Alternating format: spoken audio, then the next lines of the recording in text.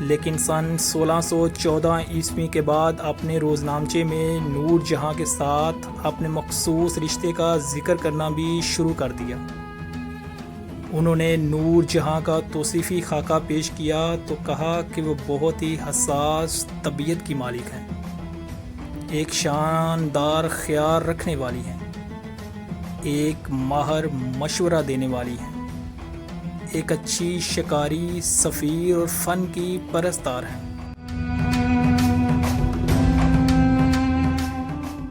سن 1617 عیسوی میں سونے اور چاندی کے سکوں پر جہانگیر کے نام کے ساتھ ان کا نام بھی کندہ ہونے لگا۔ دربار کے واقعہ نویس، غیر ملکی سفیر، تاجر اور درباری جلد ہی ان کی اہمیت کو محسوس کرنے لگے۔ ایک درباری نے ایک واقعہ بیان کیا کہ کس طرح انہوں نے مردوں کے لیے مخصوص شاہی بلاخانے پر آ کر لوگوں کو حیران کر دیا۔ یہ ان کی حکم عدولی کی واحد مثال نہیں، شکار کرنا ہو یا شاہی فرمان، سکے جاری کرنا ہو یا سرکاری عمارات ڈیزائن کرنا ہو، غریب خواتین کی امداد کے کام کرنا ہو یا پسماندوں کی آواز اٹھانا۔ نور جہاں نے ایسی زندگی گزاری جو اس وقت کی خواتین کے لیے غیر معمولی تھی۔ انہوں نے بادشاہ کے قید کیے جانے کے بعد ان کو بچانے کے لیے فوج کی قیادت بھی کی، جو ایسا ہمت والا کام تھا جس سے ان کا نام عوام کی یادداشت اور تاریخ میں نقش ہو کر رہ گیا ہے۔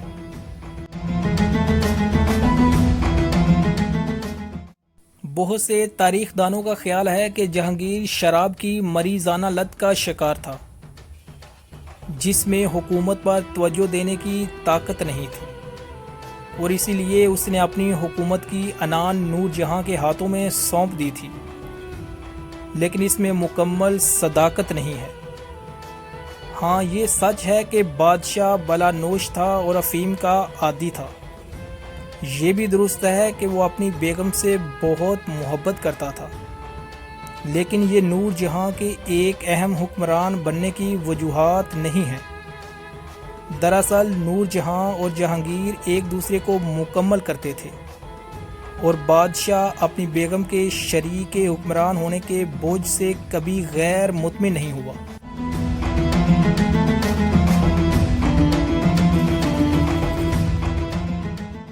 مقبرہ نور جہاں کے اندر داخل ہوں تو سامنے دو قبور نظر آتی ہیں۔ ان میں سے ایک قبر ملکہ نور جہاں اور دوسری قبر اس کی بیٹی لاڈلی بیگم کی ہے۔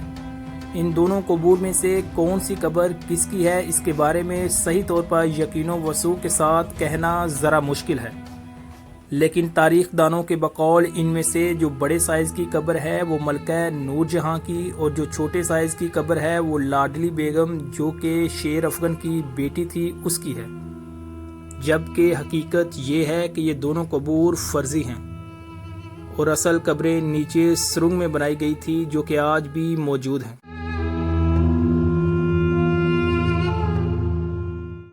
تاریخ دانوں کا کہنا ہے کہ سکھ سلطنت کے دور میں جب لوٹ گسوٹ کی گئی اور مقبروں اور قبرستانوں کو بھی نہ بخشا گیا تو اس دور میں سکھ مظالم کا شکار مقبرہ نور جہاں بھی ہوا۔ جس تابوت میں ملکہ کو دفنایا گیا تھا وہ اکھاڑا گیا اور اس کے اوپر لگے ہیرے جواہرات پر خالصہ لٹیروں نے ہاتھ صاف کیے۔ بعد ازاں مقبرہ کے ملازموں نے تابوت کو عین اسی جگہ نیچے جہاں وہ لٹکایا گیا تھا زمین میں دفن کر دیا۔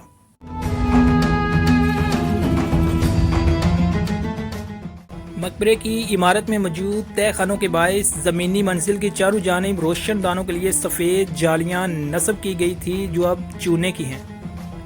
مقبرے کی مشرقی جانب چبوترے کے ساتھ نیچے تہہ خانے کو جانے کا رستہ ہے، جس پر ایک لوہے کا دروازہ ہے اور یہ عوام الناس کے لیے بند ہے۔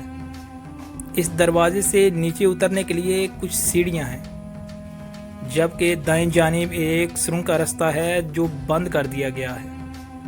اس سے آگے ایک محرابی گزرگاہ ہے جس سے انسان کو سر جھکا کر گزرنا پڑتا ہے۔ یہاں پر کسی بھی قسم کی برقی آلات کی سہولت موجود نہیں۔ خصوصی اجازت سے اندر جانے والے لوگ اپنے ساتھ موم بتیاں لے کر جاتے ہیں۔ اندر لوہے کی زنجیر کے اندر دونوں قبور کے نشان ہیں۔ نہ کوئی آرائش نہ کوئی زیبائش، بس ایک خاموشی اور چاروں طرف تاریکی ہے۔ اندر جانے والے لوگ کئی لمحوں تک رنج و الم کی کیفیت میں مبتلا رہتے ہیں جب وہ ایشیا کی طاقتور ترین ملکہ کے مقبرے کی حالت کو دیکھتے ہیں۔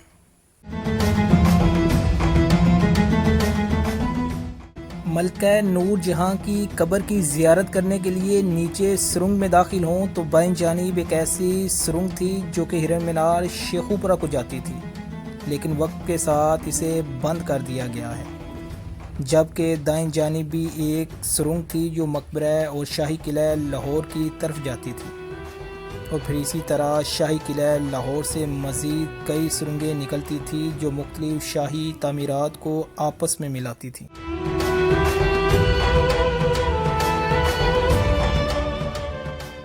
کہا جاتا ہے کہ ملکہ نور جہاں کا یہ حکم تھا کہ میرے مرنے کے بعد میری قبر کسی ایسے مقام پر بنائی جائے کہ جہاں میری قبر پر آنے والے افراد کو سر جھکا کر ادب و احترام سے داخل ہونا پڑے، اور شاید یہی وہ بنیادی وجہ تھی کہ جس کی بنا پر ملکہ نور جہاں کی قبر ایک سرنگ کے اندر بنائی گئی، جبکہ مزید ملکہ نور جہاں کا کہنا تھا کہ سورج جب بھی طلوع ہو تو اس کی پہلی اور آخری کرن میری قبر پر ضرور پڑے، لہٰذا سورج طلوع ہو یا غروب ہو ہر طرف سے سورج کی کرنیں ملکہ نور جہاں کی قبر پر ضرور پڑتی ہیں۔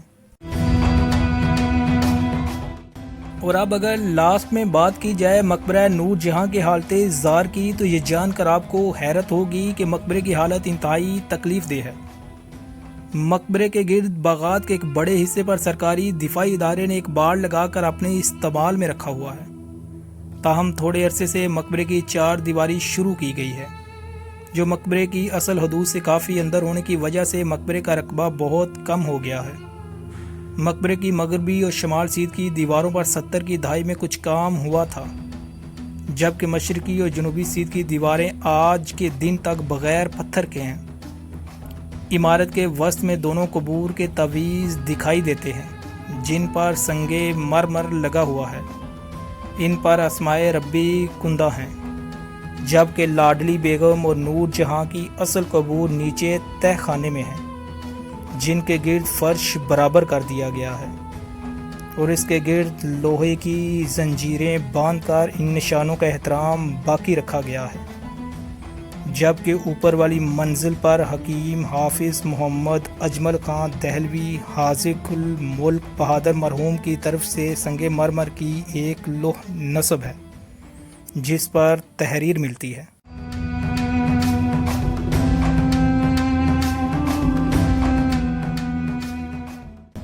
ملکہ نور جہاں کا یہ خوبصورت مقبرہ گزشتہ کئی سالوں سے مسلسل تزئین و آرائش کے مراحل سے گزرنے کے باوجود ابھی تک نامکمل ہے۔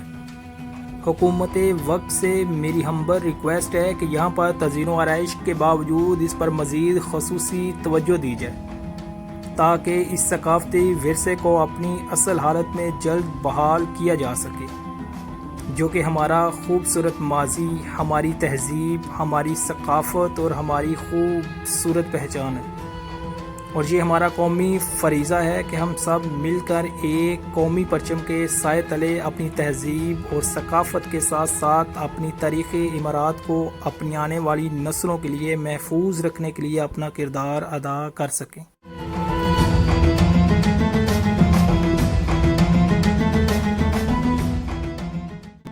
آئی ہوپ کہ آپ کو میری آج کی یہ ہسٹوریکل ویڈیو بھی پسند آئی ہوگی اور یقیناً آپ کی معلومات میں مزید اضافے کا باعث بنی ہوگی۔ Thanks for watching. ویڈیو کو لائک کریں، چینل کو سبسکرائب کریں اور اپنے دوستوں کے ساتھ زیادہ سے زیادہ شیئر کریں۔ مجھے اجازت دیں، جلد ملیں گے کسی نئی ہسٹوریکل پلیس کے ساتھ۔ تب تک کے لیے اللہ حافظ۔ پاکستان زندہ باد۔